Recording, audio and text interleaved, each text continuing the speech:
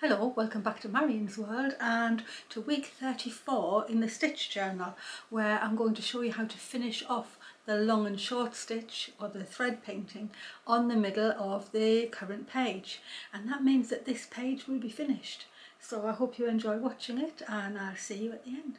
I'm back with the final part of the thread painting of this pansy, and I've already gone ahead and stitched one of the petals.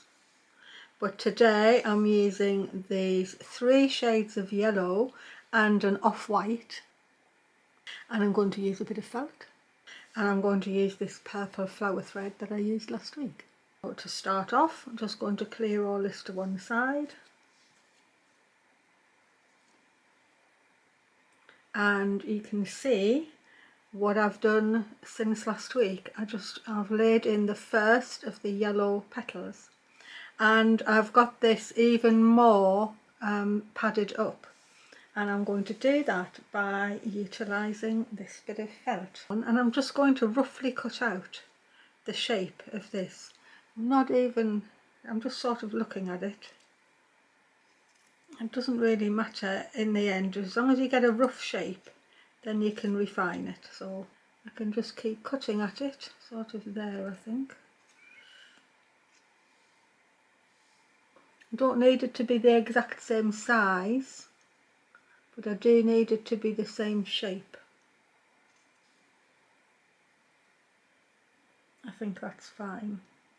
Now on this petal I didn't use a full piece like that, I just used the edge.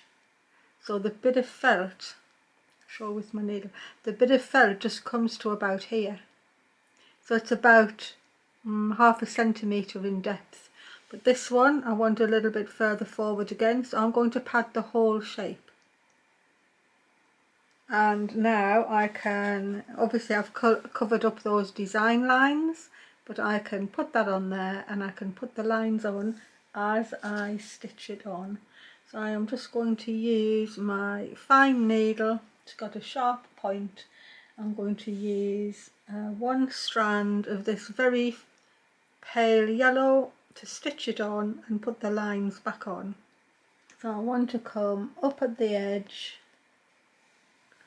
and I don't need to be too bothersome about it. All I'm going to do is stitch it on with those design lines.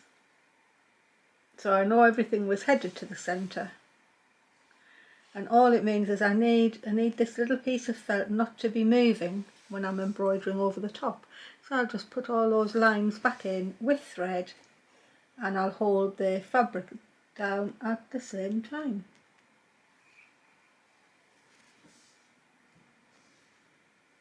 It's as simple as that. That is going to pad this little shape up even more. Now, I don't mind that I don't have felt here, because this petal I want it to be in front of that anyway, so it's quite nice if that's thick at the back and it shades down to a bit more flat here. That's going to help me with the perspective and the depth. I've got my petals here, they shade from pale to deep, and the bottom one is deeper again. You can see it more on those ones, how pale they are at the edge and getting more yellow as they go to the middle. And that's what I've done on here. So I'm going to take my white thread, or my off-white thread that I've got here. I've got 2 strands, and I'm going to start off exactly in the same manner as last week. I'm going to put the skeleton of the colour in all the way around. Now this week I'm going to really try hard not to bring my other hand in, because I did have a problem with the camera going out of focus as I brought my right hand in. Of course I don't realise it until I've filmed everything, and then it's too late. I can't go and take the embroidery out, so I do apologise. My heart sank when I saw that it was blurry, but so this is my second time of trying with the embroidery hoop flat in my hoop stand. and the camera a little bit more angled overhead. So I'll just see whether I can, it's a bit of practice in the end. So I'm ignoring those yellow lines that I've put on. They're just the tacking lines. They just happen to be in the right colour, but they're still just the tacking marks. And I'm going to put my framework in white. And then I will come back round in exactly the same way and thicken the line up. But this time, obviously, I've got the padding in, and it shouldn't really make any difference to the way the embroidery is made. I still need the transitions of colour, and I still need to put it in like a framework and go backwards and forwards over the stitching area. And this time I will be aware that I am more looking at this petal than my image, the photographic image, because I need them to sort of look like they belong to the same flower. So I'm already going back across, filling in my framework, some stitches longer, some stitches shorter. I'm coming up off the petal into the gap between this and the back one, and I'm going down onto the main body of the petal. I'm just going to finish that one off, and I'll come back with another piece. And you always want to be aware of making the colour that you're working on, so this edge colour, to go further down into the petal than you actually want it. You need to have enough laid in to enable the transition when you change colours, and so things can feather in and out nicely. So I'm just going to go around filling in my skeleton framework just the same. I'm ignoring the felt. I don't have to go onto it. I don't have to make an extra long stitch. The stitches are just the size I wouldn't make them whether the felt was there or not. But I'm coming quite a long way down into the petal just to give myself the transition amount of room. I think this is going to look so pretty. These petals could have easily been wired. In fact, I might do that type of a wired stump work in a couple of months' time. Just a bit more of an involved technique, but I did say at the beginning that everything would build and get more complicated as the weeks went on, and so it's taken me quite a while to get around to a bit of long and short and silk shading. Oh, and I remembered the name. So if you were watching last week, you might have heard me say that I used to know there was an old technique of stitching over printed fabric and cutting it out, and it was quite an old thing, but I remember doing it when I was a child, but I couldn't remember what it was. Well, I looked and looked and I couldn't find anything, because I couldn't really think of a word to say what it was. And then I woke up the other morning and the word was in my head, and I looked it up on the internet and there it was. So the technique is called broderie perce.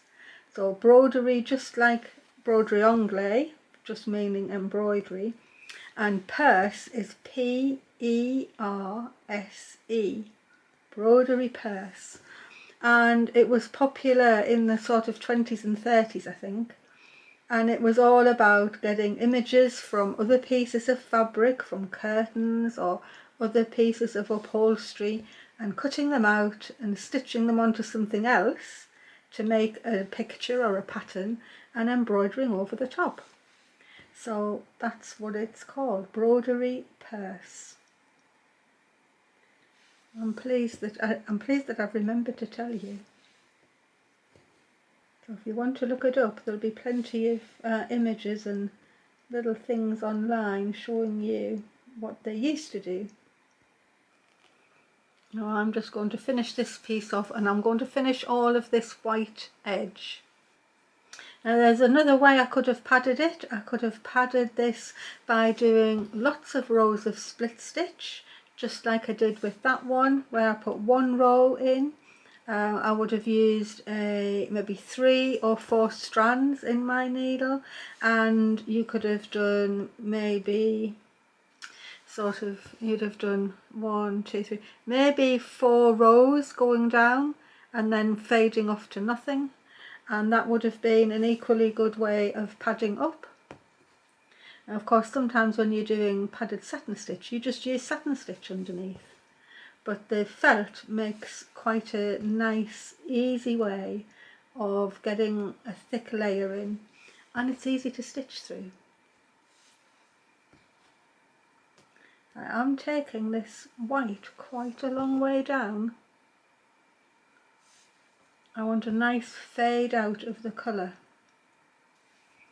I think when I finish the end of this thread I won't need to put another white in, because the bottom of the petal is more yellow than white anyway. Next colour I'm coming in with will be this very pale yellow, and I'm going to get 2 strands of that.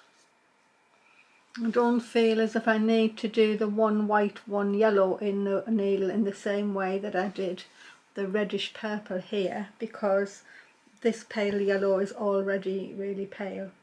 But I'm going to work up into the yellow, and I'm just going to keep working around until I have quite a good coverage. I'll work up and down from the already stitched area into the unstitched area until I feel that I've got it covered enough. And this time I'm probably going to take this yellow right the way down to the middle of the flower, and everything else there will then be overstitched.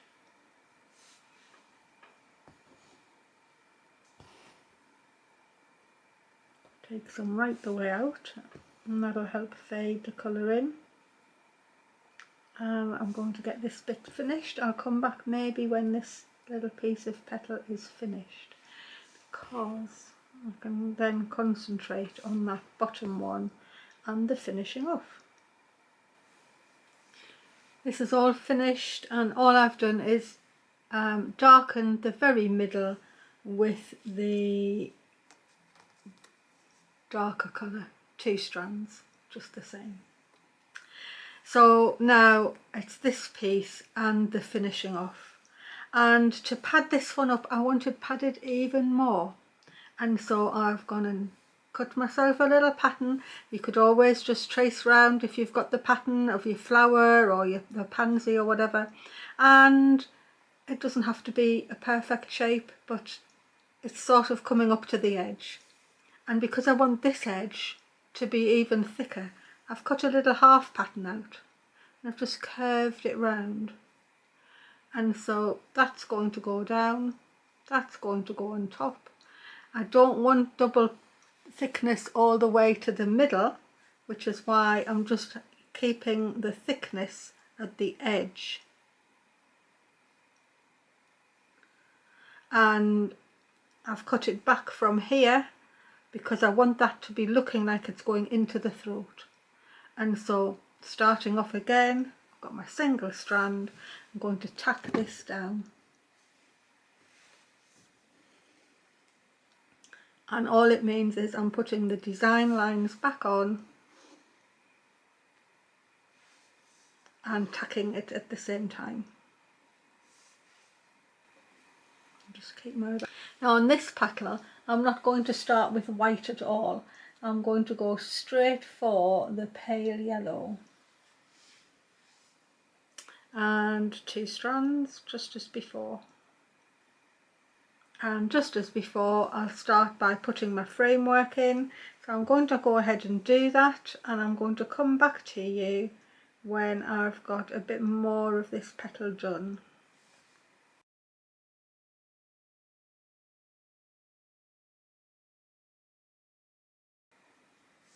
And if you want to see more of how I put this framework through, you really need to refer to last week's video where I put the purple petals in. I don't want to double up on the information when there's sort of limited time for me to explain things. So hopefully you can either go and have a look at that one or you saw it last week. Either way, it is just the same as when I did the purple. The framework first, followed by the filling in. I've got my edging and one extra row in there. I've probably done longer stitches than I did on there, but it's a big petal. And I'm coming back in with this next colour down. I have put 2 strands in. I don't feel at the moment that I need to put one of each in because they're quite near in colour and I need to get a darker colour on here anyway. So I'm coming in both with the 2 strands from the word go, and I'm just going to fill in the next part of the petal. And if it looks like the transition isn't smooth enough for me, I can change to one of each strand, or I can put a bit of the pale yellow in and I can go back over it. But at the moment I'm just going to see whether the 2 of these will just smooth in nicely.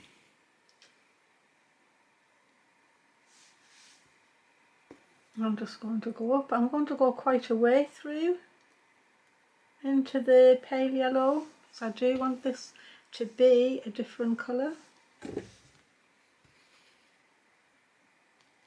But I'm still working up and down, sometimes from the unworked into the stitched and sometimes the other way on. And as you can see, I'm still going loosely round. I'm not trying to lay all of the stitches down in one, you know, like really close together. I'm sort of going like the framework, up and down, back and forward. Now I've got another tip here coming up. When you're trying to shade from one colour to another, instead of, let me just take it here, instead of going straight down like that, where you will make quite a hard, no, it's nothing wrong with it particularly, but I'll do one there. And it's gone in, but what I tend to do is I come up and instead of going straight down like that, I sort of go in sideways and I sort of slip my needle through the stitches, and it sort of makes for a softer transition. It's maybe not enough to see on camera, but if you try it yourself, you'll probably see what the difference is. And it's up to you whether you want to do that or not, but you'll see me slanting my needle for that reason. And if I wasn't doing it on the camera, I'd be slanting it upwards as well. I sort of come in from the bottom. If I'm coming up within the stitching, I sort of come up on an angle. It just sort of feathers the stitches in. I'm just about out of this one anyway, so I'll put this last piece in there and I'll get another set in my needle and I'll come back when it's a little bit further on. I've finished mainly filling it in, and I do feel that this needs to be darker again. I feel maybe there's a bit too much of this very pale, but I'm not willing to alter it until I've got the rest of it in. And I've got 2 thread choices here. I've got this one, which is a darker yellow, or like a, I don't know, like a golden yellow. And then I've got this one, which is an orangey yellow. Now I felt that I was going to keep the orangey yellow for right in the middle here. So at the moment I've gone with 2 strands of this one, and I'm going to put it right into the middle of here and just get it coming out. and see whether that does anything to the rest, because just by laying in this extra colour, it'll affect how the other colours are seen, because you just have to lie different colours next to each other and then change one of them to think that the perception of that colour then changes, because believe it or not, colour perception is more from your brain sort of deciding what colour it is than your eyes are seeing it. Your eyes just take the electrical impulses. Anyway, the fact is that you don't want to alter the outside colour till you've got the dark in to have a contrast to, and so you can see it for what it really is, rather than changing it now and then realising that it's too dark or too light or whatever else it is. So I'm just going to go ahead putting in this darker colour. I'll get some of this one in, and then I'll reassess whether I need to take anything further out to make the whole petal a little bit darker. At the moment I feel like I want it darker, but it just might not end up like that. So whatever flower you're doing, you just have to make those assessments as you're stitching. You don't have to take things out, you just have to keep assessing and deciding whether the colour you're using is right. If it's not, you might want to combine two threads together to get the shade that you want to have, or you think, oh, it needs to be a bit more blue or a bit more red, and then just use one of the appropriate colours, even if it's a bit darker or lighter than you want. Just by combining it with something else just might make enough of a difference. And so it's all about just carrying on looking, carrying on observing, and seeing how things happen as you're doing it. I'm taking this golden yellow into the little throat of the flower a bit more. I do want this one right into the middle, but I just want to cover that in. And to me, this is, at the moment, I don't feel is making enough of a difference. It's too near to the other colour, I think.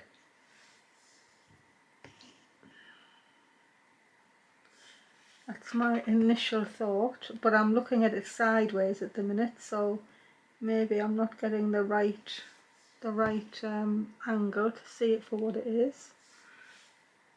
I'll have a look in a minute. Right, so I'm coming to the end of this little piece, so what I'm going to do is change to this one and get that little centre done. I'm going to work from the centre out.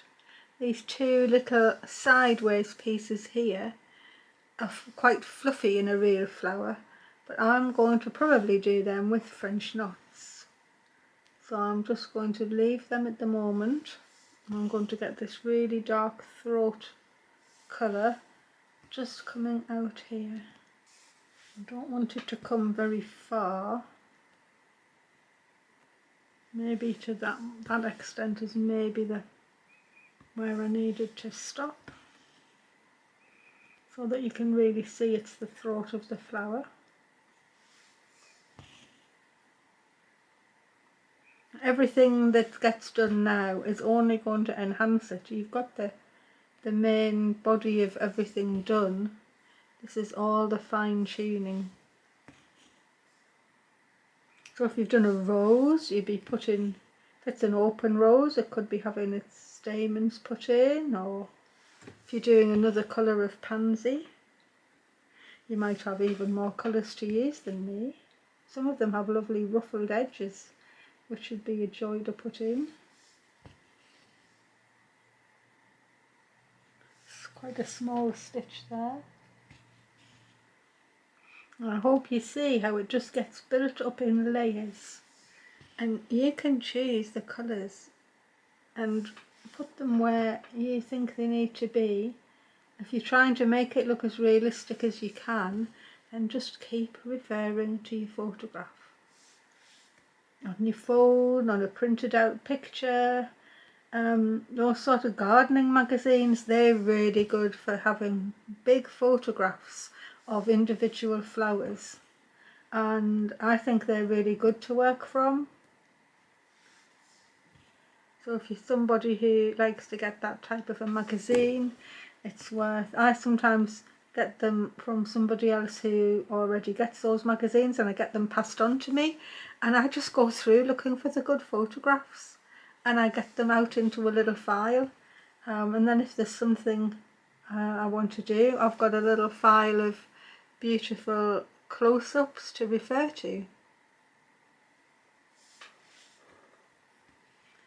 Right, I think that I don't want any more of that really dark to come out. I think that's as far as I'm putting that. That is a really good colour there though. So I'm going to finish that proper egg yolk colour off there and decide what I'm doing with the rest before I go any further. And I think I'm going to get one strand of this yellow, so not the dark one, but this one, and I'm going to get one strand and I'm going to pull it through here and just see what difference that makes. Still on long and short stitch, it's just stitches, isn't it? It's nothing, like, you only need to think of it as being things being long and short stitch if you're doing canvas work, and then you probably do want the stitches to be even and you want them to lie next to each other in a nice way. But this type of long and short stitch is just really stitches that you put in the right place in various lengths. Don't want anybody to feel put off because they think they can't do long and short. It's just stitches. And as you can see now, I don't have any space for them. I'm just embroidering over the top of what I've already got. And I'm just thinking, where does this colour need to go? And I'm putting a stitch in. And hopefully it's going to make a difference and just darken this petal down again. So I'm going to take it right onto the lemon. I want to keep that pale edge. I don't want to get rid of that. I just want more of this yellow to come through. And if you have padded things up, don't pull these edge ones too tight. You want to preserve that beautiful thickness there. And you can see I've gone back to working up and down. Sometimes I'm going up to the edge, sometimes I'm coming from the edge inwards. But I'm still using the same lines of all the threads I've already got. I'm not crossing over any, I'm just using them as the guide for where the next stitch goes. Sliding my needle in to feather the stitch out. So I'm really pleased now. I'm quite happy with that. The whole bottom petal looks darker than these two, which is what I was after. And so I just have to put them back on.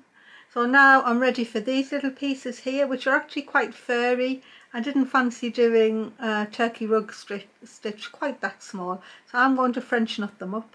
And I'm using this bit of pearl cotton, but I've doubled it up in my needle. It's quite a fine pearl cotton. It's got a nice shine to it as well, which I quite like. So I'm going to use that because I wanted a brighter white than the one that I used for the edges. And there's not much difference, but hopefully you can see that there is a difference, even though it's not much. So I'm just going to cover these in. I'm going to come up. I think I'm only going to use one wrap French knots. And I don't know how many there might be here, maybe half a dozen altogether. Maybe not even that. I'm going to come up, wrap once round my needle, put my needle back down and pull the knot to the fabric. And let go just as the knots are going through.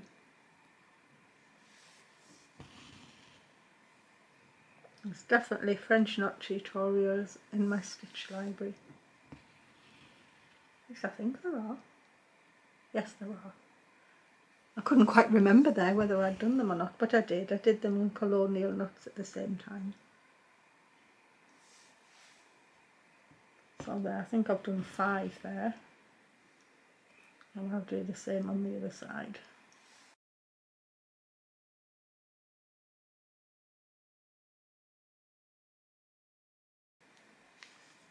I think they stand out quite nicely. So I'm back with the very dark purple flower thread.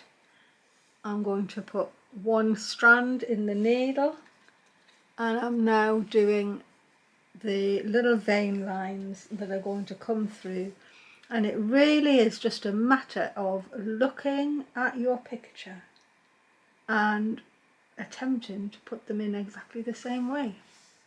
So I'm going to start here and I'm going to work around, and if sometimes they nearly disappear, it doesn't really matter. It'll all add to how pretty it's going to look.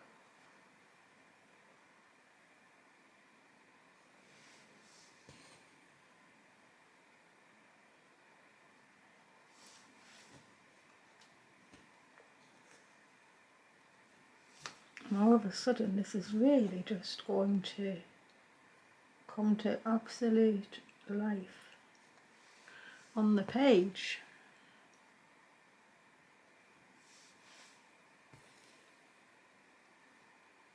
Now they don't go right into the throat, so I'm going to come out from there, and I'm not going to make smaller stitches.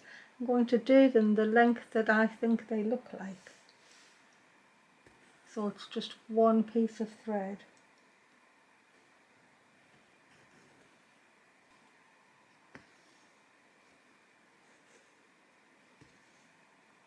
And every time I'm pulling my stitch down, I'm actually referring back to the photo so I can just see and just keep it in my mind where everything's coming.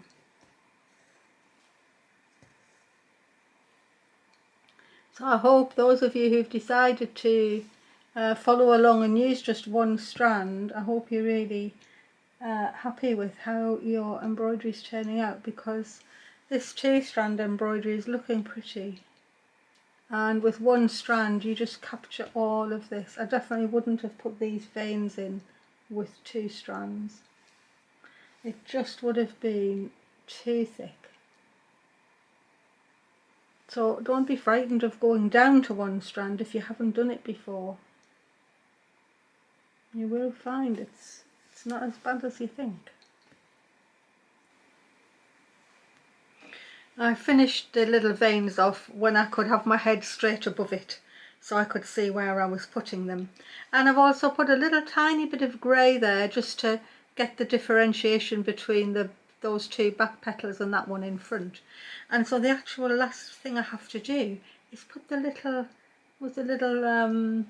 purple mark like that here. They have little purple marks there. So I'm just going to put it in, and I can do it straight over the top of what I've already got there. I don't have to go right down to the edge either. I can leave a little bit of yellow, and I think it's just going to be as easy as putting a few straight stitches in. I'll do 1. I'll build it out from the middle and do a smaller one each side.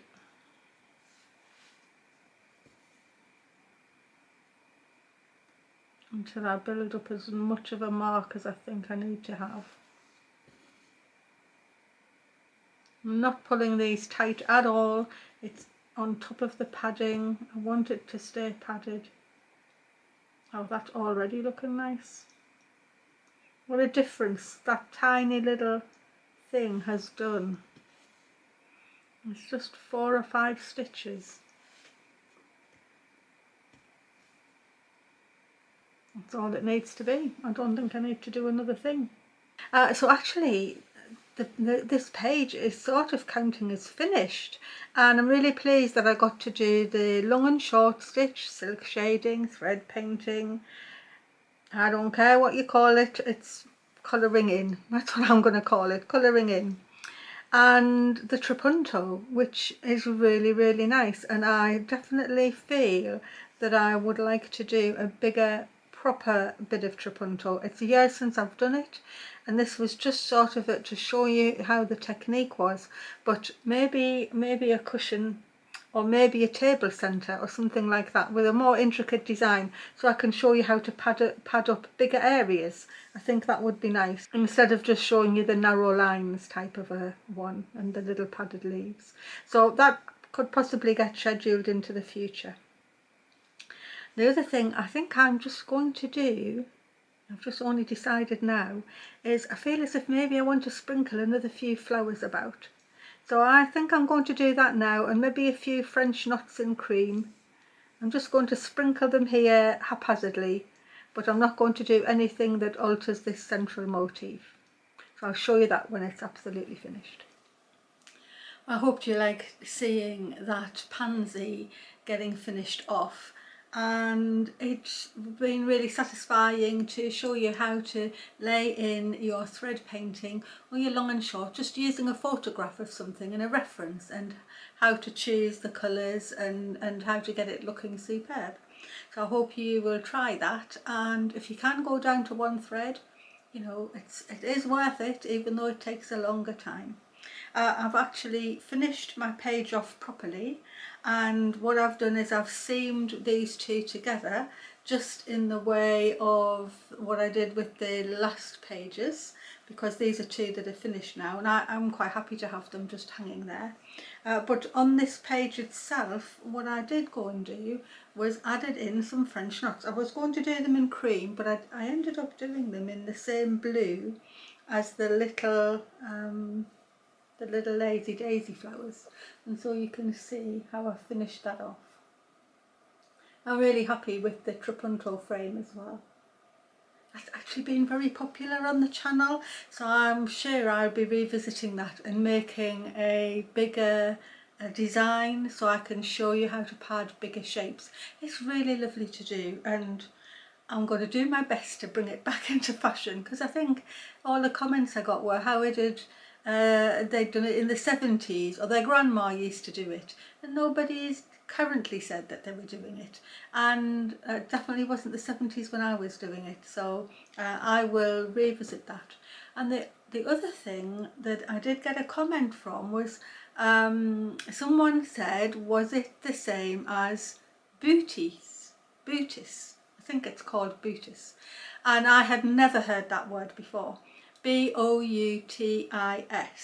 When I looked at that, that's a French term for a French technique, and it looks virtually identical to trapunto.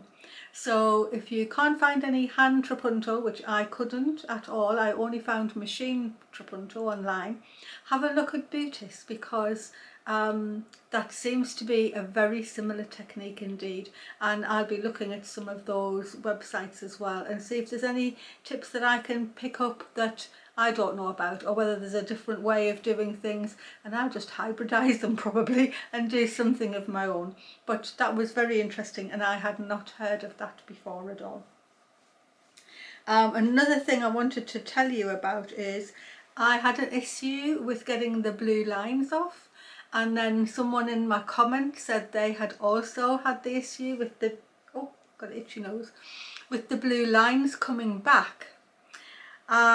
Before I had chance to say or do anything about it, another person said try putting some bicarbonate of soda in your water and watering the blue lines with the bicarbonate of soda water. It has worked. I hadn't heard of that tip either, and so this was very blue here where the blue lines kept coming back, and it's totally gone. So that is a good tip from me, from another subscriber that you're getting via me, because I can tell you about it. And it just shows that you're never too old to learn things. That's two things that I have learned by doing this page. One, the bicarbonate of soda, and two, the French technique called bootis or booty, or I haven't heard anybody say the word, so I'm not exactly sure. Might be booty. with a silent S, I'm not sure. But have a look at it because it looked very, very similar indeed and really beautiful. So with that, week 34 is finished. This page is finished. I have a blank page for next week. And I'm going to tell you a secret. I haven't actually decided what I'm going to do on it. It's always last minute with me. There's always too much going on. I sort of have an idea, but I haven't fleshed that idea out yet. I'll probably just sit down and start sewing, and the idea will just either come or it won't, and it'll turn into something else. But I hope whatever it is that you'll tune in and see what it's going to be, and I'll look forward to seeing you when you do. Or I don't actually see you do. It's really funny when I say that because I think I'm wittering now. I'm just going to say thank you. Please press the like button and subscribe. Watch another video. Whatever you're supposed to do. Thank you everyone for supporting me on every place that there is to be supportive. I really appreciate it, and I do get round to the comments and I do take notice of them. Hence I've learned 2 things while I've done that page, because I read them all and I find out what's going on. Thanks a lot, and I'll see you next time. Or you'll see me. You'll see me next time when you come and visit Marion's world. Bye everyone. Sorry for the bit of a ramble. I'm going now though.